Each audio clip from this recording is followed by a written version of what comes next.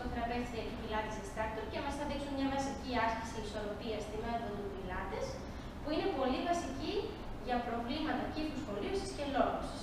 Ξεκινάμε. Διαλέγουμε μια μπάλα του Pilates, η μεγάλη μπάλα. Η ιδανική μπάλα είναι αυτή που φέρνει το ισχύο και το γόνατο σε ευθεία γραμμή και το γόνατο σε 90 μοίρες γωνίου. Ανοίγουμε τα γόνατα στο άνοιγμα της λεκάνης. Ψηλώνουμε τον κορμό, νιώθουμε τα πλευρά μας μπροστά και τους κοιλιακούς μας να μακραίνουν προς τα πάνω. Βυθίζουμε καλά τον αφαλό μέσα, ενεργοποιούμε καλά τους κοιλιακούς μυς, φύγουμε την κοιλιά. Χαλαρώνουμε τους ώμους προς τα πίσω και κάτω και μακραίνουμε τα χέρια σε θέση απαγωγής ώστε να έχουμε ισορροπία. Με τις παλάμες να κοιτάνε το πάτωμα. Ο αυτιάς μας επίσης μακραίνει προς το ταβάνι και αυξάνουμε την απόσταση από τα αυτιά στους ώμους. Ξεκινάμε.